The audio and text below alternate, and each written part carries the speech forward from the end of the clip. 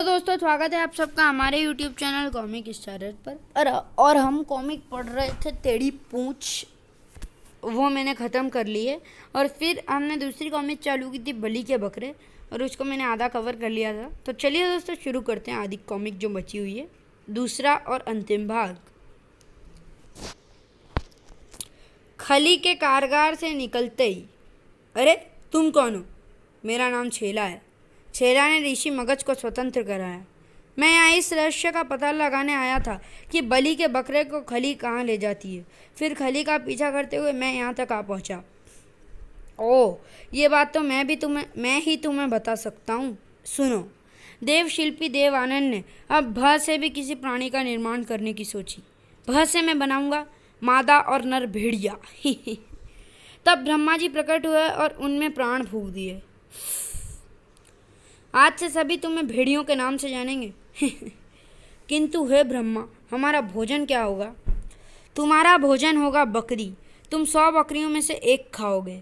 ऐसा वरदान देकर ब्रह्मा जी अंतर ध्यान हो गए। शीघ्र ही भेड़िया जाति का विकास हुआ। ब्रह्मा जी के वरदान का तात्पर्य था कि 100 बकरों में से एक ही मारकर खाओगे। किंतु आलसी राजा अनुपम ने ब्रह्मा जी के वरदान का गलत अर्थ निकाला। सेनापति भंबोड़ा, बकरों की बस्ती पर हमला करो, 100 को मारो, एक को खाने के लिए लाओ। मेरा हिस्सा मेरी माद में पहुंचा देना, अन्यथा किसी की खैर नहीं।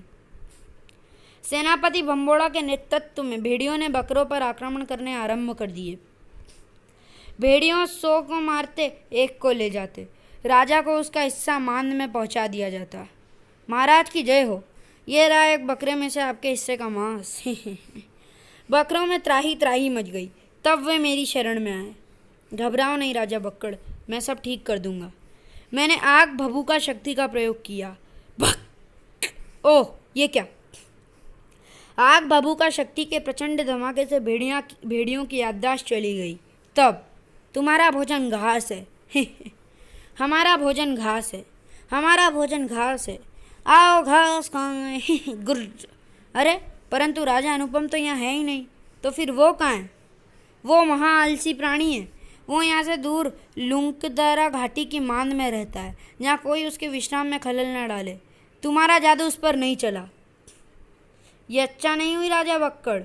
अब केवल वही जानता है कि भेड़ियों का भोजन घास नहीं मांस है। अगर उसने भेड़ियों को बता दिया तो भेड़िए पूर्ण बकरों का मांस खाने लगेंगे। ऐसा नहीं होगा, उसे कभी ये बात पता नहीं चलेगी। मैं प्रत्येक दिन उसे बलि का एक बकरा भोजन में दूंगी। वो एक एक करके बलि के सारे बकरों को खा जाएगा। जब वो बलि के सारे बकरों को मार देगा तब तुम्हें उसकी भी याददाश्त गुम करनी होगी। उस दिन के लिए तुम मेरी कैद में रहोगे। इस प्रकार एक दिन बकरा व भेड़िया लोक पर केवल मेरा और मेरे बकरों का अधिकार हो जाएगा। ले चलो इसे कारागार में। किंतु महाराज का क्या करें अम्मा? ये मेरे पति हैं, इन्हें मारना उचित नहीं। इन्हें चुपचाप पृथ्वी पर फेंक दो, जहाँ से कभी वापस नहीं आ पाएंगे। सारी कथा सुनने के पश्चात ऋषि मगज शीघ्रता के साथ बोले, शैतान खली इस समय भेड़िया सम्राट अनुपम खैर से मिलकर उसे भोजन के विलंब से पहुंचने की बात बताने गई होगी। तब तो मेरे विचार से हमें तुरंत सम्राट अनुपम खैर की मांद में चलकर खली के षड्यंत्र का भांडा फोड़ करना चाहिए।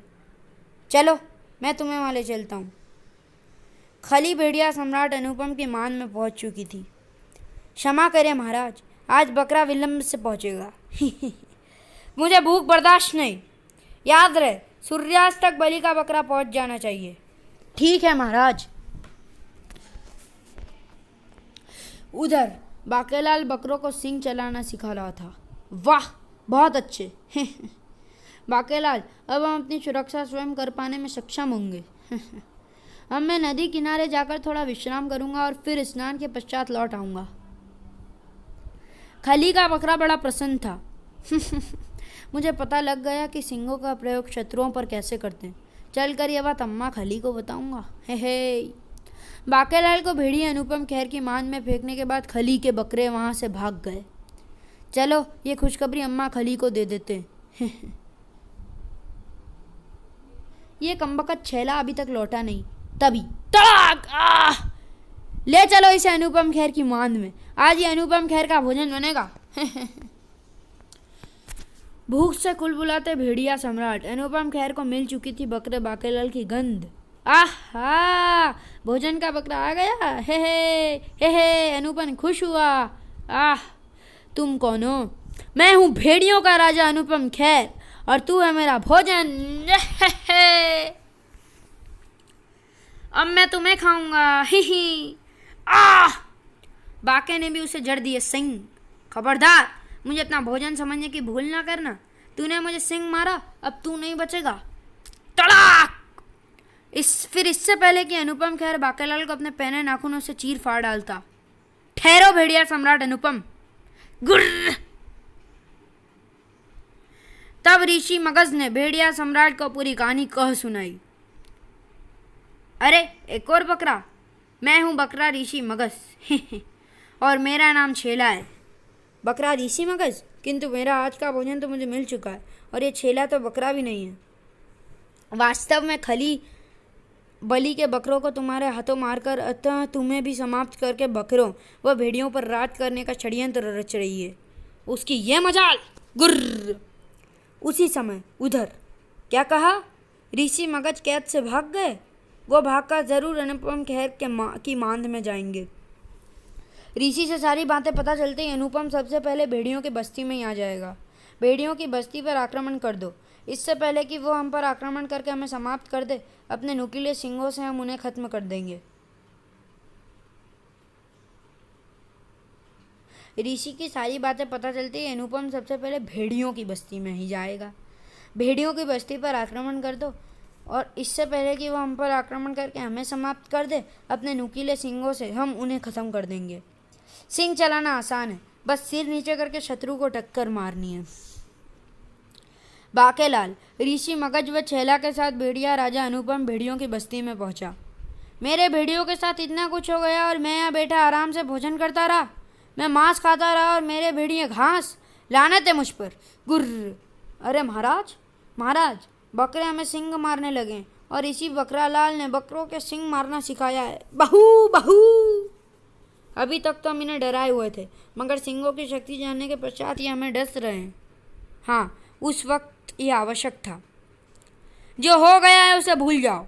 अब ये हमारे साथ है। मुझे सोचना है कि अब मैं क्या करूं जिससे उस दुष्ट को सबक मिल जाए। तभी दुष्ट खली आ गई। वो हम पर आक्रमण करेगी। महाराज, बकरे हमें सिंगों से मार देंगे। मारो, सिंह मारो। बकरों की इतनी विशाल सेना का सामना हम नहीं कर पाएंगे। सामना तो आपको करना ही होगा। तुम्हारा भोजन घास नहीं मांस है। टूट पड़ो दुष्ट बकरों पर। भयंकर युद्ध छिड़ा। मारो। बलि भी अपने बकरों को लेकर वहां पहुंची। पकड़ लो दुष्टा खली और उसके शैतानों बकरों को। अनुपम खेर ने मरोड़ डाली खली की गर्दन। दुष्टा शैतान, कड़क! उणपदा की हो बहू। शीघ्र ही खली के सभी बकरे पुत्र को बंदी बना लिया गया।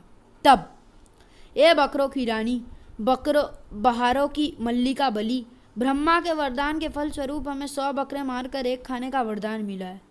ता फिर तवाड़ा की हो। जरा ठहरे राजा अनुपम। ब्रह्मा जी ने वरदान 100 में से एक खाने को दिया था, अर्थात 100 बकरों में से कोई भी एक। ब्रह्मा जी ने 100 बकरों को मारने का वरदान नहीं दिया था। ओ, क्या सच? हाँ पुत्र अनुपम, अपनी त्रुटि को ठीक करो। मुझसे भूल हुई, क्षमा। फिर बाकेलाल और बकरों से अनुपम ने विदा ली। महल लौटने पर ऋषि मगज महाराज कैसे लौटेंगे? महाराज पृथ्वी पर हैं। बाकेलाल ये बकरा बूटी महाराज बक्कड़ को खिला देना, वे स्वयं यहाँ पहुँच जाएंगे। और अब तुम अपने गले में पहनी मेंगनी मालाएं तोड़ दो ताकि तुम वापस पृथ्वी लोक पहुँच सको। हमारे यहाँ आने का प्रयोजन भी पूर्ण हो गया है। छेला बीच से ही गायब हो गया। पृथ्वी लोक पहुंचा केवल बांकेलाल। मुझे मिल गया जलियक्ष के प्रश्न का सही उत्तर। फिर मिलेंगे पिताश्री। ही। राजा बक्कड़ बाके को वहीं चरते हुए मिल गया। राजा बक्कड़, ये लो बकरा बूटी, इसे खाकर तुम वापस अपने लोक पहुंच जाओगे, जहां अब सब कुछ ठीक हो चुका है। मैं जानता था कि तुम्हें हम बकरों की मदद कर सकते हो, इसलिए तो तुम्हें बकरा लोग भेजा था। ही। बकरा बूटी खाकर राजा बक्कड़ वहां से गायब हो गए और तब बाकेलाल पहुंचा जल सरोवर।